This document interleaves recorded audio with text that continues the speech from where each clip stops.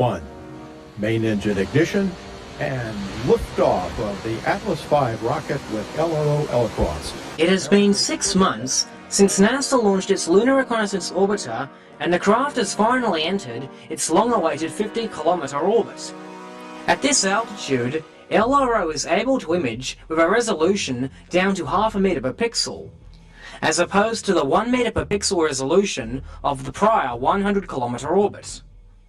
This is historically significant because it means that, for the first time since the lunar orbiter missions of 1966 and 1967, we have a craft capable of taking pictures with better than 1 meter resolution.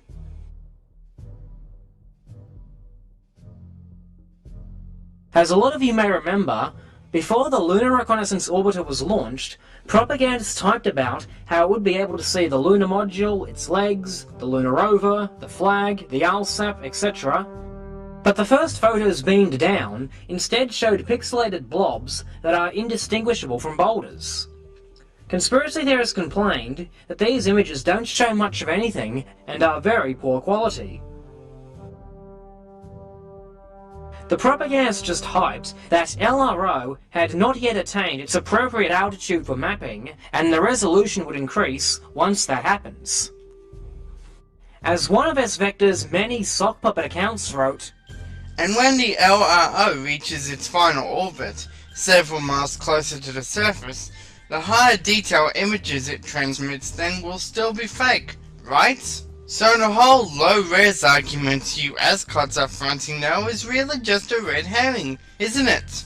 Isn't it true that you've already made up your minds the images will be discredited by whatever means necessary, just as long as they're discredited? There's a laugh. If I was just dismissing photos out of reflex, I wouldn't have even bothered analysing them, would I?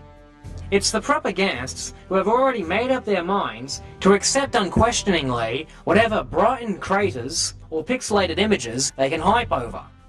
But I'm not here to finger point. Let's focus on the subject. Will we in the future get even closer images, better images? We will get a higher resolution. We're in this commissioning phase orbit right now, which is elliptical orbit with the closest to the planet, closest to the moon we get is over the South Pole. That's about 30 kilometers. And at the North Pole, we're about 200 kilometers above the surface. The closest we got to the landing site was Apollo 16, and that was at about 100 kilometers. So 16 will get at least 2 times better resolution, and at 17 and 15 we'll get about 3 times better resolution. And we also, it's very important that we will fly over all these landing sites under different lighting conditions, which allow you to get better views at different types of features. The markings in the regolith, which will show up better when the sun is high in the sky, and then finding hardware on the surface.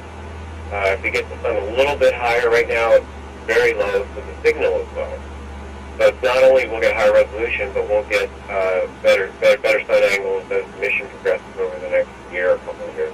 What about resolution for Apollo 11 site? You said 16 and 15 and 17. What about for 11? Oh, it'll be slightly better than 2 times better resolution. Now that LRO has entered its mapping orbit of 50 kilometers, we have the results.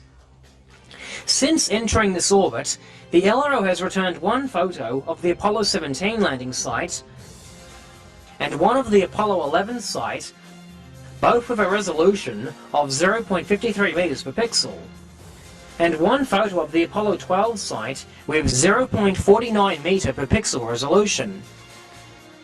I ask anyone to look at these images and tell me just how the hell are these any better to the ones we had before? At least in the case of Apollos 11 and 12, we see something that even remotely resembles footpads, but at the end of the day, they still just appear as white blurred pixelated blobs. And as for the surrounding landscape, there's even less to be impressed about. For example, here's an earlier Apollo 11 scene taken at 100 kilometers. Now here's the latest one taken at 50 kilometers. The new image is double the size because it's half a meter per pixel. Now granted, more Apollo relics come into view and the LEM now has legs, but the landscape doesn't show better resolution. Actually, it looks worse. Are these really the oh-so-high-resolution proof-positive images we waited for? Pardon me for sounding ungrateful, but that's ridiculous. Images taken from only 50 kilometers up and with a resolution of 0.5 meters per pixel should definitely come out clearer than this, as you are about to see. No doubt, unbeknownst to many who are now hot and wet over these poor quality LRO images, is the fact that orbiting Earth right now is a reconnaissance satellite called Geoeye 1, owned and operated by a private company, Geoeye Incorporated. It resides at an altitude of 681 kilometers, and its camera has a resolution of 0.41 meters per pixel. This is virtually the same resolution as LRO's camera. Let's have a look at some photos from it. Here's a photo of Rome, taken by Geoeye 1. If we zoom in, it becomes immediately obvious that Geoeye has perfectly resolved cars, buses, even individual people walking the streets.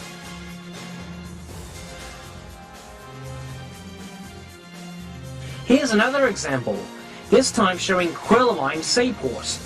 Again, we can resolve cars, and even shipping containers and tiny boats. I didn't look at all the images, but there are many of them that perfectly resolve puny objects like cars and trucks and buses. The LRO pictures look even more pixelated than before compared to these. I like this photo in particular because it really pones NASA's arse. Here, we see a Geoeye image of Cape Canaveral, showing one of NASA's shuttles on the pad. The image not only resolves the tiny cars, but also the shuttle stack. Oh sure, a space shuttle is much larger than a car, but we can clearly resolve the nose cone of the solid rocket booster. Each solid rocket booster has a diameter of 3.71 meters, and there is not a single doubt that that's a solid rocket booster. And how about the cars? Cars on average are about 4.6 meters long, and we can clearly make out the windscreens, windows, hoods, trunks, etc. The descent stage of the LEM is 4.27 meters wide, 9 meters wide if you count the landing gear span. But all we can see in these photos is white pixelated junk. By any definition, the lunar modules should be immensely clearer in these LRO images. LRO was 50 kilometers above the lunar surface when taking these pictures, and Geoeye 1 was over 600 kilometers above the Earth when it took its pictures, and yet its pictures are clearer than LRO's. If Geoeye 1 was even closer to the Earth, the detail of the cars would be even more distinctly resolved. And you don't have to take my word for it.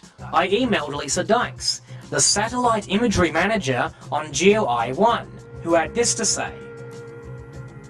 To answer your query, yes, if the satellite was orbiting the Earth at a lower height, then the pixel resolution would be better, and you would be able to distinguish more detail. However, the lower the satellite is to the Earth, the longer it would take to image the same site, and at this height it revisits once every 4 days on average, as it would have a bigger path to orbit.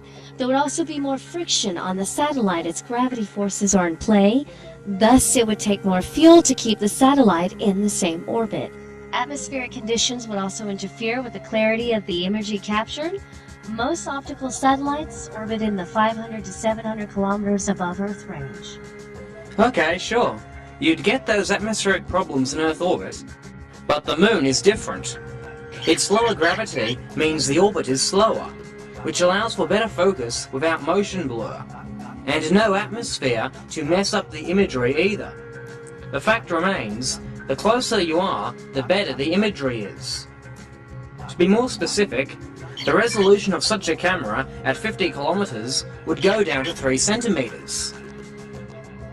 So alarm bells should definitely go off in one's head when a camera aboard a reconnaissance satellite orbiting nearly 700 kilometers above the Earth returns better pictures than a spacecraft orbiting only 50 kilometers above the Moon. If a private company can afford a camera like that, then Deep Pockets NASA can do likewise. Had they installed one, it would be sending us pictures of stones 1 inch wide.